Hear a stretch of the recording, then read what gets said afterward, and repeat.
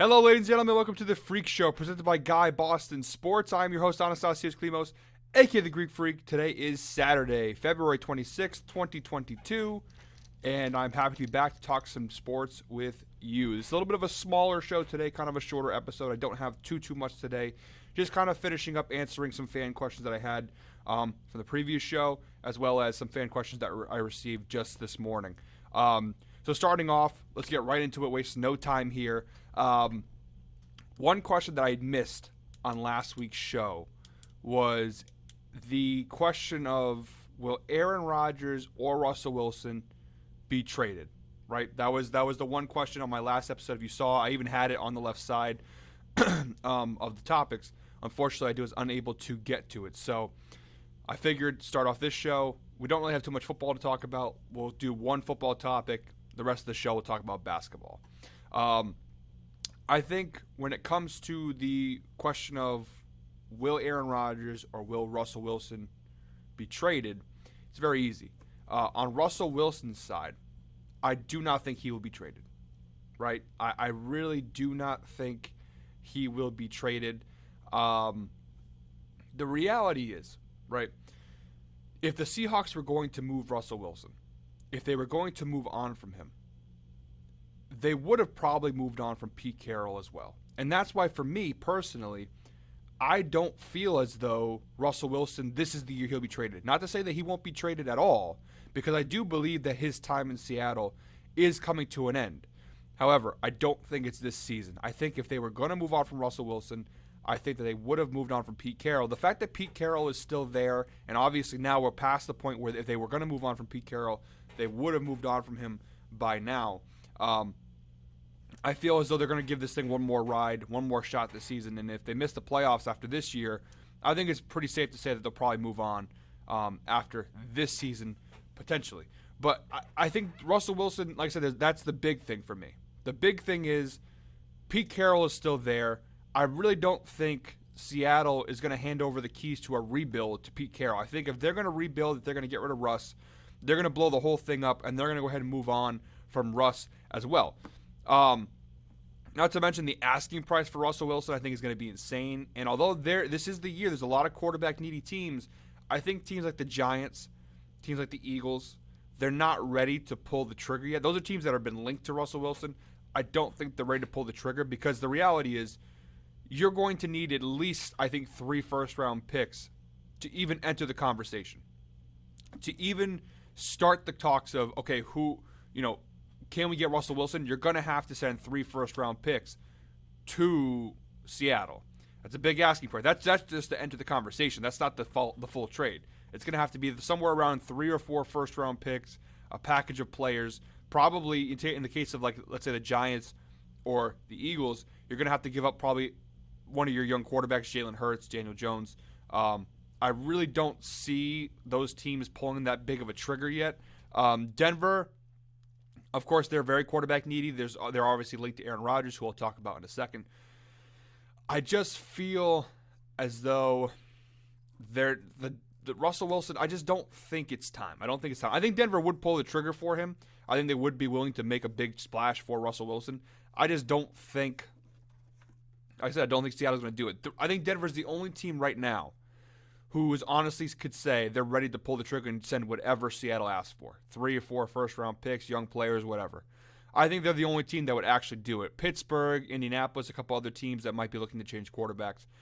I don't think they're in that spot to do that. And same thing with the Raiders. I think the Raiders are going to give Derek Carr at least one more shot with Josh McDaniels before they make that kind of a decision. I do believe, though, that if Seattle misses the playoffs this year, 100% Russell Wilson will be traded next offseason. 100%. If the Seattle Seahawks do not make the playoffs this year, I think it's open season on Russell Wilson next offseason, right? Everyone will be interested. And the funny thing is, a lot of the teams that right now are interested in Russell Wilson will still be interested a year from now. Because the reality is this is an offseason where there's not a lot of good quarterbacks available. Aaron Rodgers and Russell Wilson highlight it, and neither of them could move, right? Outside of those two, this is a weak quarterback draft class, and the next best free agent quarterback is Jameis Winston or Marcus Mariota.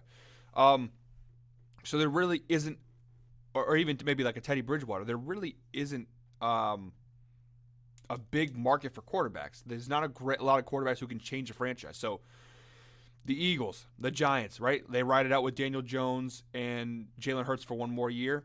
If it doesn't work out, guess what? Next offseason, they will be right back here. The Raiders, if they give it a shot with Josh McDaniels and Derek Carr, next offseason, guess what? If it doesn't work out, they will be linked to Russell Wilson. The Broncos, if they don't get the quarterback thing figured out, they will be here. The Steelers, the Colts, all of these teams that right now are interested in Russell Wilson and need a quarterback very well potentially could be in the same position a year from now. So I don't think this is the offseason of Russell Wilson. I think personally that'll be next offseason. If Seattle doesn't make the playoffs. If they make the playoffs, it'll make it kind of murky because then you're going to have maybe we have a chance to contend and build this thing. But if they miss the playoffs again, I think it's 100% Pete Carroll will be done. I think Russell Wilson will be traded. As for Aaron Rodgers, it's a much different and much murkier situation in Green Bay. I think he might just retire. Right? He obviously this past week he had the Instagram posts where he had like these heartfelt comments, basically like thanking everyone in it from his career and all this stuff, and it very much felt like a retirement post. But he's just a wild card, man. I don't really know. When the Broncos signed Nathaniel Hackett, the offensive coordinator from Green Bay, I really thought that was the first domino to fall for Aaron Rodgers to be traded to Denver. I really thought that was it. Like that was okay. They got the offensive coordinator. Now it's time to go ahead and get Aaron Rodgers. And the Broncos have been, to me, I think the front runner to land him this entire time. All they're missing is a quarterback from being a contender. They have a good defense, even without Von Miller. They have a solid young offense with a solid offensive line, great running game. The Broncos are ready to contend. They just need that quarterback. You saw when Teddy Bridgewater in the beginning of the season was playing decent, the Broncos actually weren't looking that bad. They had that 3-0 start. They actually looked pretty good. The problem is Bridgewater got hurt, and then he wasn't playing well. And then, Drew Lock, I think we can all openly say now he's a bust. So the Broncos really are just missing a quarterback. And Aaron Rodgers, you put him on most teams, he'll make them a contender. But especially in Denver, he makes the Broncos a Super Bowl contender easily. That's why I think Denver will be very aggressive in their pursuit. That's why I think in part is the reason why they hired the Packers offensive coordinator was because that is a way to recruit Aaron Rodgers. The problem now is he might retire before you even get the chance to trade him. So I don't know what's going to happen. Here's the thing. Aaron Rodgers is a wild card, right? He's got a very strong personality. He's a very interesting guy. He's very kind of standoffish. A lot of people seem to don't like him too much. Not inside of Green Bay. Green Bay, they like him, but he's had foreign play. Like Greg Jennings has come out and has said like him and Rodgers did not get along at the end of it. He has a very strong personality. He's very much, I think, an introvert. He has his guys and he has his people he surrounds himself with, and that's it. He doesn't like outsiders. He doesn't like. That's why he's always on the Pat McAfee show, right? He doesn't do anything else but the Pat McAfee show because, he feels comfortable with that. Pat McAfee's his friend. I personally believe he will be back with the Green Bay Packers, and here's why. Number one, I'd be shocked if he retired after back-to-back MVPs. I still think he has a number of years left in the tank. So I think he will be back. I think, he did this last offseason. He threatened retirement. I think his career is almost over. I definitely think he doesn't have too much longer. I think he is pushing to leave football. He's leaving the clues like, hey, I'm getting tired of doing this. I want to do something else. But I do believe he will be back at least for the next season. And I think he will remain with the Packers. The reason being, Green Bay obviously wants him to stay. So when it comes to trade negotiations, they're not going to make it easy for him to leave. Right? They're going to ask for king's ransom, as you should for a back-to-back MVP. And again, we talked like Denver's the only team I could see pulling the trigger, but even they have a limit. The thing is, I really think Aaron Rodgers, the best thing for him would be to stay in Green Bay, and that's why I think he ultimately will. I said the Broncos become a Super Bowl contender, and I wasn't lying about that. They would. The problem being that you're joining an AFC that is loaded with Super Bowl contenders. All right, you had the Bengals, just went to the Super Bowl. They will be back and better next year. The Bills will be back. The Chiefs will be back. So those are 3 teams right there. That's not even including the Chargers, who had the most cap space in the NFL, or the second most cap space in the NFL. A team that was just outside looking in for the playoffs, who have one of the best young quarterbacks in the game in Justin Herbert. They are going to be significantly better. That's in your division. The Raiders were a playoff team last year. I'm not as strong with the Raiders as other people are. I'm not really as high on them. But they have a new coach, Josh McDaniels. We'll see what happens with them. They're not going to be an easy out. Even if they're not a good playoff team again next year, they won't be an easy out. So you're joining a division with a Super Bowl contender in the Chiefs, a potential Super Bowl contender in the Chargers, and a team that was a playoff team this past season who, even if they're not a playoff team this year, they will be a tough out every time you play them. Versus, if you stay in the NFC North, you get the Lions twice a year. That's 2 wins, right? The Lions, even if they get significantly better, they're far away from being even a playoff caliber team, never mind a contender. You have the Vikings, who they're the toughest team in your division, and now they have a new head coach. Maybe the offense will get better. I don't know, but the Vikings, they're the toughest team in your division. They're at least a guaranteed win a season, maybe 2. Obviously, sometimes the Packers and the Vikings split. And then you have the Bears, who, again, another rebuilding team. So you have technically 3 rebuilding teams in your division. If you go to the AFC West, you have 2 Super Bowl contenders that you have to face off with 2 times a year. So what would you rather do? Would you rather play in the NFC North, where you're guaranteed 4 wins a season at least, probably more like 5, because you're going to beat the Bears twice and you're going to beat the Lions twice, guaranteed 4 or 5 wins a season, or go to the AFC West, where you could very easily go 3-3 or 2-4. It's a very tough division.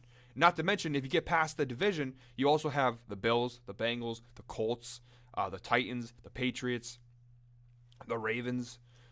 It's not an easy conference. The AFC is stacked and loaded, and it's like, if I'm Aaron Rodgers, and your goal is to win a Super Bowl, is the best move really going to the AFC? Because in the NFC, it's kind of weakened, right? Tampa Bay's not a contender in my eyes anymore, depending on who they get at quarterback. But they're not really a contender in my eyes without Tom Brady. And they're going to lose Chris Godwin as well. They're not a contender in my eyes anymore. The Saints, without Sean Payton, who knows what that's going to look like. They're not a contender. The Falcons and the Panthers, average teams, not contenders. The Giants and the Eagles, not really contenders. Neither are the Washington football team. The Cowboys are interesting, but they're the Cowboys. You keep looking down the list of the NFC. They're really the only threats in your conference are the Cowboys, kind of, the Rams, defending champions, the Niners, really good, team that beat the Packers. So, okay, you got 3 teams, and do you want to throw either the Cardinals or the Seahawks? I wouldn't throw either of them in there. Your only competition is the Cowboys, the Rams, and the Niners. And like I just said, the Cowboys, I think the Packers are a much better team than the Cowboys. Your competition is the NFC West, the Niners and the Rams, who, by the way, the Rams are going to be weakened. They're going to lose some pieces. And the Niners have a young quarterback in Trey Lance. So they could run it back in the NFC next season, and they will be the championship favorite, in my opinion, in the NFC, if they keep most of that core together. They've already cleared over $14 million in cap space, so they're making moves. The biggest questions will be if they can get Devontae Adams back. I think they can, especially if Rodgers commits to staying. I just look at the Green Bay Packers, and I think the best chance for him to contend is to stay in Green Bay. So I personally believe Aaron Rodgers will stay in Green Bay. I think that he will remain a Packer for at least one more season. It just makes too much sense for him to stay. It doesn't make sense for him to go to the AFC and play in that gauntlet of a schedule where you will make the playoffs. The Broncos will be a playoff team, but once you get to the playoffs, you got to go through a gauntlet that is the Bills, the Chiefs, the Bengals, the Chargers.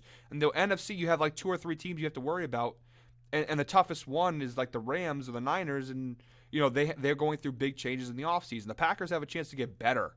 I really do think the best thing for him is to stay, and I think he will end up staying if he doesn't retire. The retirement is the only thing I worry about, is maybe he'll pull the trigger on that. I don't think so, but my prediction is that he will stay in Green Bay. So that is my football talk. Like I said, just had the one football topic today. We're kind of in that lull season for football now. We're kind of waiting for free agency. So you're going to see a lot more basketball, and that's what we're transitioning to. I haven't really talked any basketball up to this point. But you are going to see me start talking more basketball. Obviously, March Madness coming up. We're in the home stretch of the NBA season. So you're going to see me talk a little bit more basketball now. It's just the time of the year. Football's over. Until free agency, until the draft, there's really not too much to talk about. So transitioning now into basketball talk. The first thing I want to talk about real quick was the Harden debut, right? James Harden. I actually had a question last week. I didn't get to it. Again, ran out of time. Who won the James Harden trade? The Nets or the Sixers? And I felt like it was a good time to talk about it now because, James Harden obviously had his debut last night with the Philadelphia 76ers. A very impressive debut from Harden. Nearly had a triple-double. He looked really good. Him and Embiid in particular had a great repertoire on the court. I think that both teams won this trade. I think the Sixers won in a big way, and I think the Nets won in a big way. The Nets, obviously, it's going to take some time to see because, obviously, you're waiting for Simmons and Durant to come. You're waiting for Simmons to play. You're waiting for Durant to come back. Right now, you can't really see it because they're not playing. I do think both teams ultimately won this trade in different ways. The Sixers, this is what they needed. Ben Simmons was never going to work with Joel Embiid. That's just the facts, right? He didn't want to be there. He was a shadow hanging over the team. They needed somebody like a James Harden. They've been needing that for years. Since Jimmy Butler left, they've been chasing that kind of a star player. Ben Simmons is not that kind of a star player. He's not a number one on the team, and I don't really think he's a number two on a team. He's a solid role-playing star, if that makes any sense. He's a star, but he's not a star. He's one of the best defenders in the league. He's one of the best facilitators in the league. He is a star, but he's not someone that you can look to carry a franchise. Where he is now in Brooklyn is perfect for Ben Simmons. He doesn't have to be the guy. He doesn't have to be the go-to scorer. He doesn't have to be the face of the franchise. That's Kevin Durant. That's Kyrie Irving. He's the third guy in Brooklyn. And that, to me, is the best fit for him. In a big three where he's the third guy. He's the Chris Bosh, right? He's a great player, but he's not necessarily someone who's going to carry a single team to a championship. Like Chris Bosh never could for Toronto. He went to Miami, won a championship, multiple championships with LeBron. That's just how it was. And Chris Bosh was a great player in his own right. And the same with Ben Simmons. He's a great player in his own right. But he's not someone who is going to win a championship for your franchise. You need to pair him with other stars, and he needs to not be the top scoring option, right?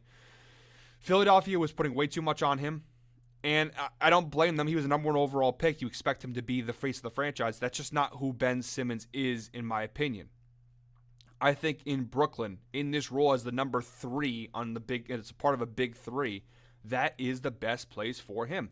And I think for the Brooklyn Nets, it's better. They had too many ball handlers, too many guys who need the ball in their hands to succeed, right? James Harden's not a good defender.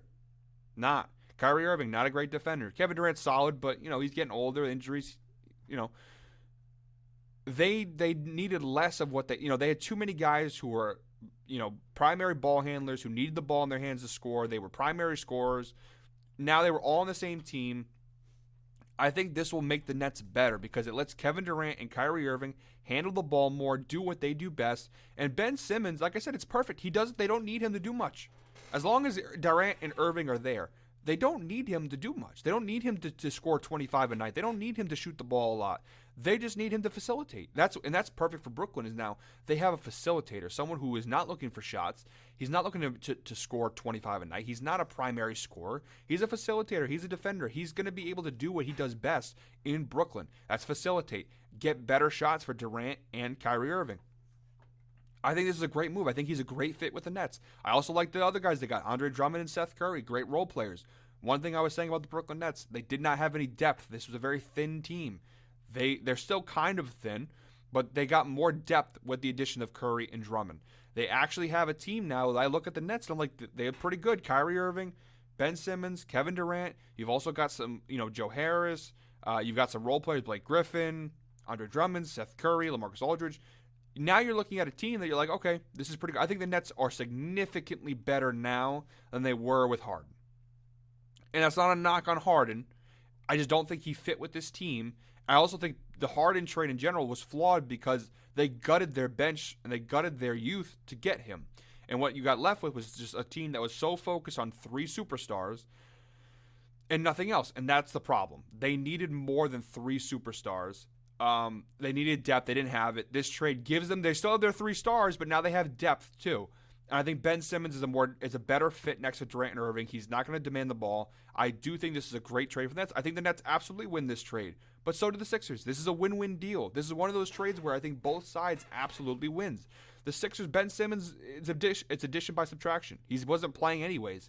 You had one of the top 15, top 10, whatever you want to argue where he is. You had James Harden, one of the best players in the NBA. He's now on your team. And him and Joel Embiid are a natural fit together. Embiid needed somebody who was a primary ball handler, someone who could score, someone who could, take over a game. He didn't have that. He has that now. James Harden, and you saw it last night, it was only one game, but he's a great fit for the Philadelphia 76ers. A great fit. Him and Embiid are a dynamic duo to fear. This trade makes the East a lot more complicated because the Nets are going to be significantly better. The Sixers, I think, are significantly better. These are 2 now championship quality teams.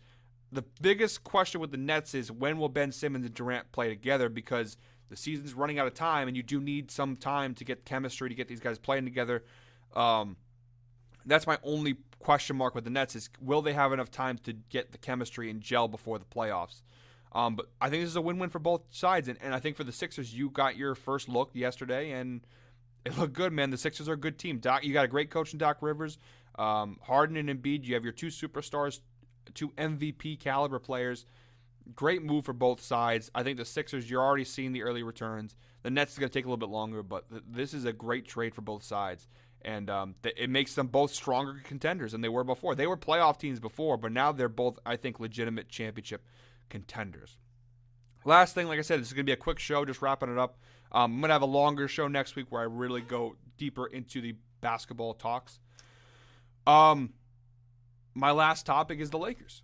So the Lakers obviously, lost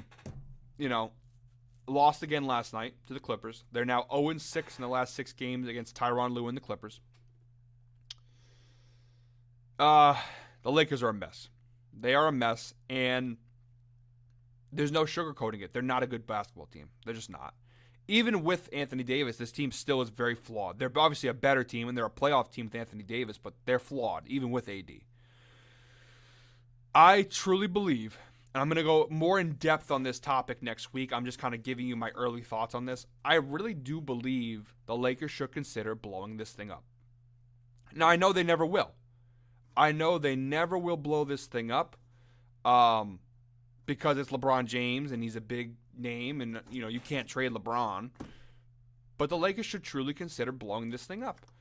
I think they absolutely should, and I don't know if they'll ever do it. They probably will never do it, but they should. They should seriously consider it because the reality is the Lakers, as currently constructed, are incredibly, incredibly flawed, and I don't believe they can win a championship. They're not a championship team. And to be honest, and to be fair, and this is going to sound like a LeBron hater, and I am a LeBron hater, openly, but they were never really a great championship team to start with. Their only ring they won, and they won a ring. Credit to them. They got the ring, whatever. But and it's why people call it, myself included, a Mickey Mouse ring. They don't win that championship without the pandemic. If they don't have those 3 months of rest, AD and LeBron will not be healthy. They will not be energized enough to go on that playoff run. They would not have. They don't win the championship without the pandemic.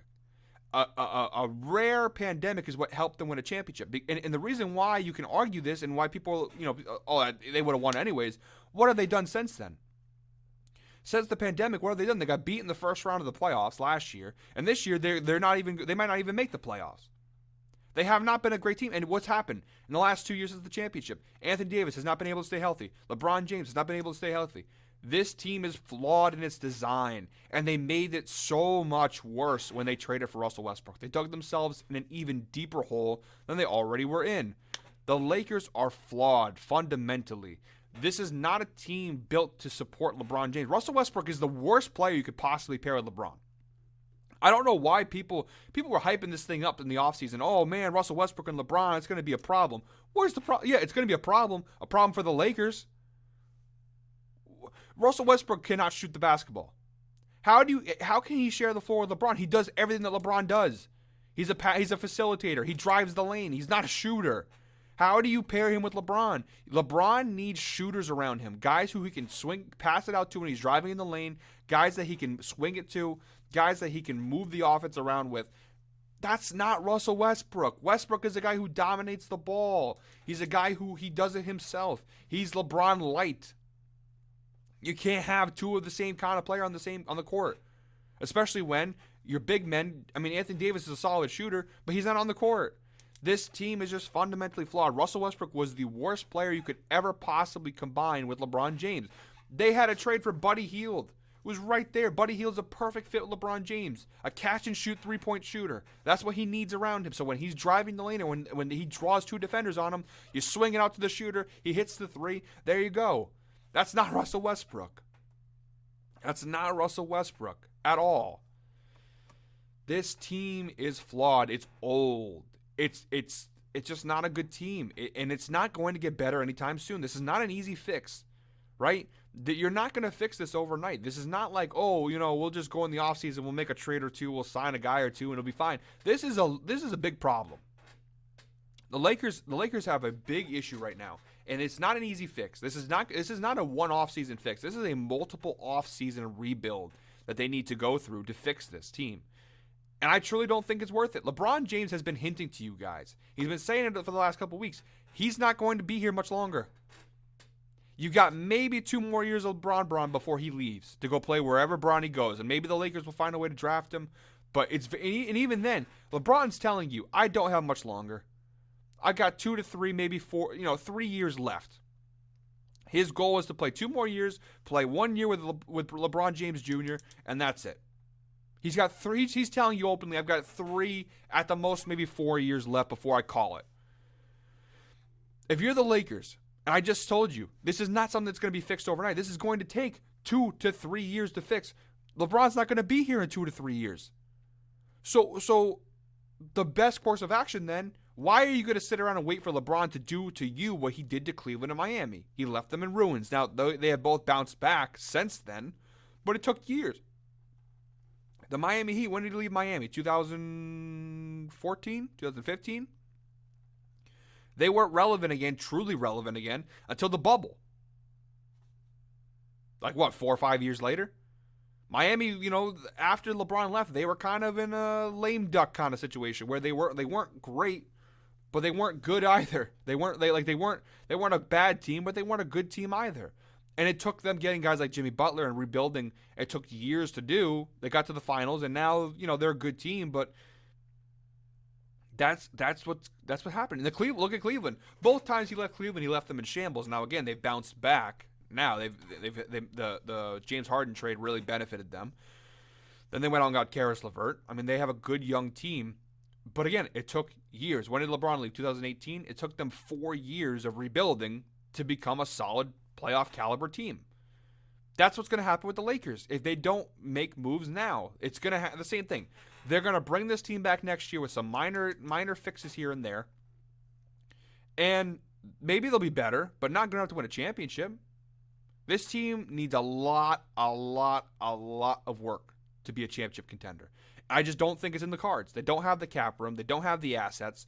What are you going to trade? What do you have? At least before you had Lonzo Ball and D'Angelo Russell and Kyle Kuzma, and you had Taylor Horton-Tucker is the only guy on the team that you can possibly trade in a package deal for something, and you don't want to get rid of the guy, even though he's really not that big of a piece for your team. The Lakers are just flawed, and this is what happens. This is what happens everywhere LeBron goes. He gets too involved in the front office moves. He brings in his friends, and he brings in guys that he likes who really aren't great fits for the team. They're usually older. They get paid too much. And what you're left with is a team that it makes. How can LeBron? He has so much control in the front office, yet he continues to bring in pieces that don't match with him. He pushed for the Russell Westbrook trade. Westbrook is not a good fit. He should have just let the Buddy Hield trade go through. It makes no sense to me whatsoever. Even you could have had John Wall, and I think John Wall is a better fit than Russell Westbrook. Not much better, but better. The Lakers are fundamentally flawed. This is not something that'll be easily fixed. LeBron is on the way out the door. Not much longer. 2 to 3 years at most. Anthony Davis is not going to be able to stay healthy. He wasn't in his youth. As he gets older, he's not going to get any better with the injury proneness. Blow the team up now while you can. Get what you can for it. They're not going to do it because it's the Lakers, and they got to maintain an image. And LeBron James is the biggest media star right now in basketball, and obviously if you get rid of him, it's a big deal. He sells jerseys. People still turn on the games because it's LeBron James, whatever. But the best thing for the team itself and its success moving forward would be to blow it up. I don't know what what the market value of LeBron James is on the trade market, but you're going to be able to get a pretty good package for him and AD. You can get a pretty good return on your dollar for those guys. And I think it's the best thing. I think the Lakers truly need to look in the mirror and say, we're not that good. This is not going to get better. It's time to blow it up. It's time to move forward. It's time to have an eye to the future. Because right now the future is very bleak. They have nothing. Now it's the Lakers, so it's Los Angeles. They can have a quicker bounce back than most. Although the post-Kobe years, how long? It wasn't until they got LeBron that they finally was able to pull themselves out. I mean, post-Phil Jackson, the Lakers were terrible for like 5 years. For 5-6 years, they were terrible. I mean, they could be heading back into, and they have nothing to look forward to. They have no good young players. It's all veterans, and the few young guys they have aren't really all that promising. They really don't have much. And if you trade LeBron, you trade AD, you can get a nice package for both. I just think the Lakers need to really consider it because this team is a mess. All right, guys.